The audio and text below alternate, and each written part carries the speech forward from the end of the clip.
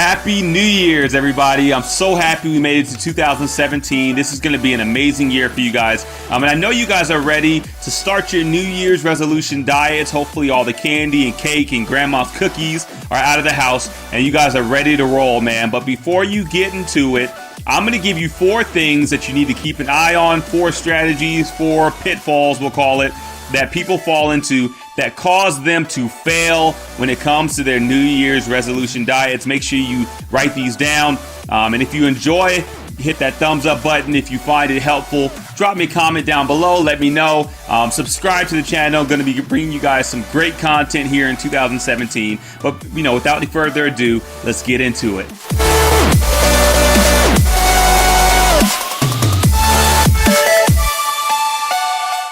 So the first mistake most people make when they start their New Year's resolution diets is that they try to force themselves to eat foods that they don't like. Everybody has this idea that you have to eat specific things in order to see results and in order to eat healthy. That's not the case. If you don't like peas, don't eat peas. If you don't like spinach, don't eat spinach. Like, find different things. There's a whole range of different vegetables, fruits, foods that you can actually eat that'll help you see results. So don't stick to some, we'll say, solidified plan and a plan that doesn't allow flexibility. Like, don't force yourself to eat foods you don't like.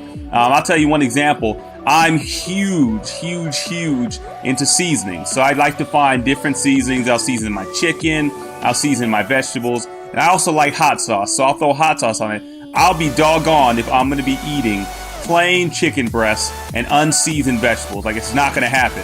So I'm better off, eating my vegetables, eating my chicken, of course, making sure I keep the sodium in check, but, finding different seasonings. So I encourage you all, don't force yourself or don't go into this forcing yourself to eat foods you don't like. Find different options, explore. I encourage you guys to try at least one new vegetable or fruit a week.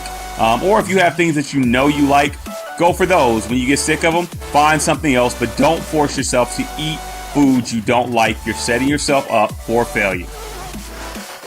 The second biggest mistake most people make is expecting results almost immediately or expecting them too fast. I want you to think about, how much junk you ate over the holidays or how long it's been since you actually stuck to a consistent workout schedule, and just give yourself a realistic goal. The best thing you can do is set weekly goals, set monthly goals, but don't make silly statements like, oh, I'm not going to eat cake ever again for the next year until I reach my goal, or I'm going to work out 7 days a week for 2 hours. Set small goals and you will eventually, achieve that ultimate goal of whatever it is you're trying to do. But if you set goals that are unrealistic, that's going to backfire, and that almost always leads to, that drop off after the first month or two, after people, set their New Year's resolution. So don't expect immediate results.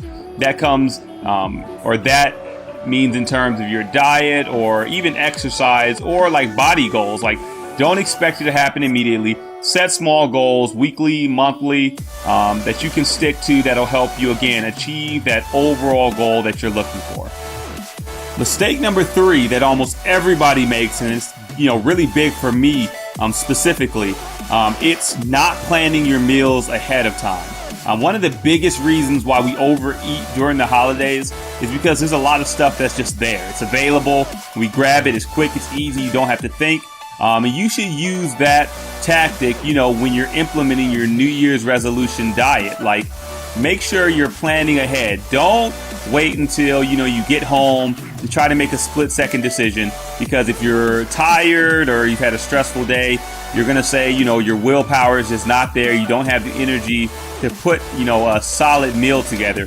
So, set yourself up for success by planning your meals ahead of time. Cut up some vegetables, maybe, make an extra serving of a meal for a day that you might, be too tired. Set yourself up ahead of time so that you can succeed. Don't fall into the pitfall of, grabbing the fast food or, going for the processed, quick and easy options because you don't have the energy or you're just not in the mood to make a good, healthy meal. So go ahead, plan those meals ahead of time and you'll be good to go. Stay with me. All right, guys, and so the last roadblock, and this one I think is going to give me some flack from some people in the fitness community, but whatever. I think this is huge. It's having a backup plan for when you hit roadblocks. And what I mean by that is this.